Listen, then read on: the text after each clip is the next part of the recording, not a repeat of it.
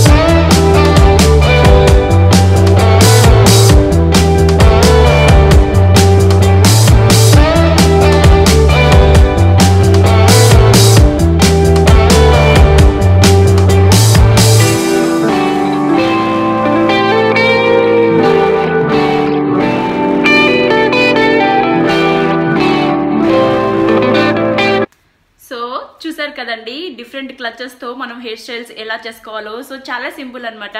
So మీరు కూడా ఇంట్లో షూర్గా ట్రై చేయండి. అండ్ ఈ వ్లాగ్ మీ అందరికీ నచ్చినట్లుంటే లైక్ చేయండి. అండ్ మీకు ఎలా అనిపించిందో కామెంట్ చేయండి. అండ్ మీ ఫ్రెండ్స్కి మీ ఫ్యామిలీ మెంబర్స్ కూడా షేర్ చేయండి.